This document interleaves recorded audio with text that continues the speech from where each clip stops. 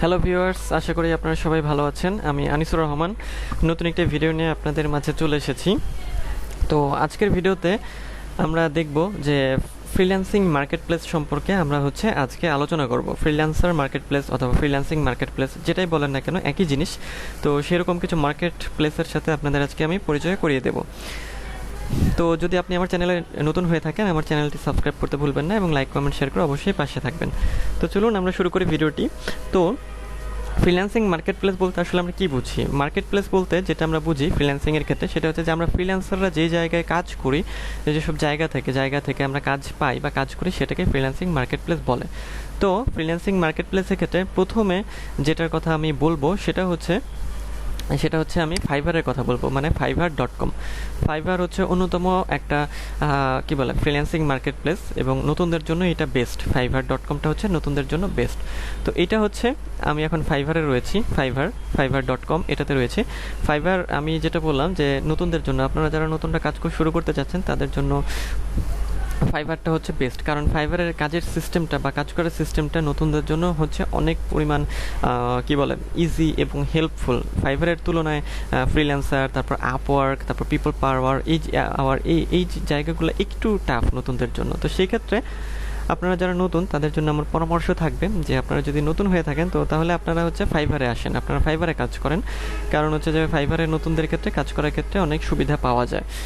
আচ্ছা, আর এরকম কি আছে? ফাইভার আছে, তারপর আমাদের ফ্রিল্যান্সার আছে, freelancer.com, fiverr.com, তারপর peoplepower.com, তারপর upwork.com। তো ফ্রিল্যান্সারের ক্ষেত্রে বিষয়টা হচ্ছে যে ফ্রিল্যান্সারও অন্যতম একটা গুরুত্বপূর্ণ ফ্রিল্যান্সিং সাইট।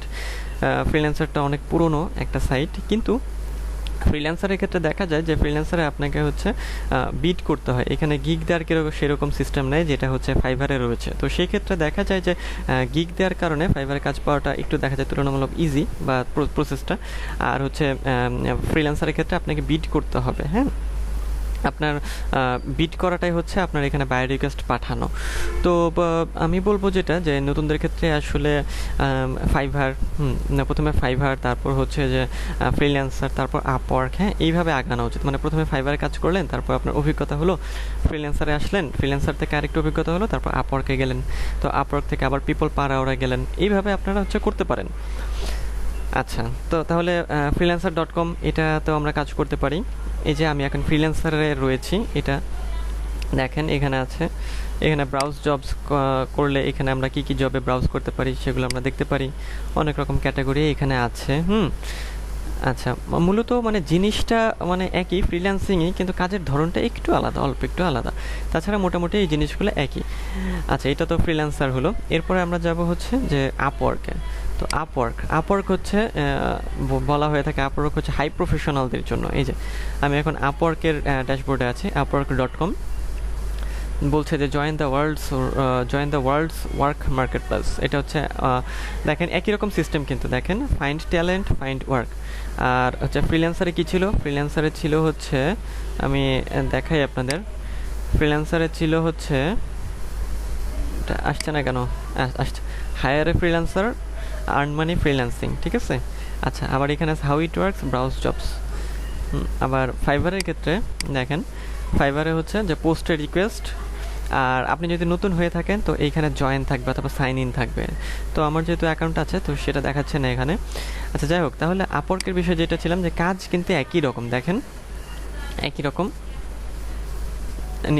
দেখেন এটাও কিন্তু ফাইভারের মতোই, দেখেন। তো যাই হোক, এটা বলা হয়ে থাকে একটু বেশি অভিজ্ঞতা হলে তখন আপওয়ার্কে যাওয়ার কথা বলা হয়ে থাকে, কারণ বলা হয় যে এটা নাকি হাই প্রফেশনালদের জন্য। আচ্ছা, তারপরে আরেকটা কি আমাদের ফ্রিল্যান্সিং ওয়েবসাইট আছে, সেটা পিপল পার আওয়ার। এই যে দেখেন পিপল পার আওয়ারে আমি বর্তমানে রয়েছি। তো পিপল পার আওয়ারে দেখেন এটাও কিন্তু একই রকম, how it works, log in, sign up, search, আমরা কিছু সার্চ করতে পারি। আর কাজের ক্ষেত্রগুলো দেখেন technology, programming, writing, translation, design, digital marketing, video, photo, images, একই রকম ঘুরিয়ে ফিরে একই রকম জিনিস কিন্তু থাকে এই ফ্রিল্যান্সিং মার্কেট প্লেসগুলোতে। তো আপনাদের সুবিধা মতো বা আপনাদের ইচ্ছা অনুযায়ী আপনারা কি করবেন, আপনারা এইসব মার্কেট প্লেসগুলোতে অ্যাকাউন্ট করবেন এবং কাজ করবেন। তো প্রথমে আপনারা কি করবেন, আপনাদের কাজ শিখতে হবে। কাজ শেখার পরে আপনারা এইসব মার্কেট প্লেসে এসে অ্যাকাউন্ট করবেন। অ্যাকাউন্ট করার পরে আপনারা এগুলোতে কাজ করবেন। তো কাজের প্রসেস একই রকম, কিন্তু জাস্ট মার্কেট প্লেসগুলোর একটু রুলস আলাদা, বা এটা হচ্ছে অন্যভাবে কাজ করে ইত্যাদি একটু পার্থক্য, তাছাড়া আর তেমন কোনো পার্থক্য নাই। তো ফ্রিল্যান্সিং মার্কেট প্লেস সম্পর্কে আজকের আলোচনা এই পর্যন্তই ছিল। আশা করি ভিডিওটি আপনাদের ভালো লেগেছে। তো যদি একটু ভালো লেগে থাকে আমার চ্যানেলটি সাবস্ক্রাইব করতে ভুলবেন না, এবং লাইক কমেন্ট শেয়ার করে অবশ্যই পাশে থাকবেন। আজ তাহলে এই পর্যন্তই, পরবর্তীতে অন্য কোনো ভিডিওতে আবার আপনাদের সাথে দেখা হবে। তো সেই পর্যন্ত সবাই ভালো থাকবেন।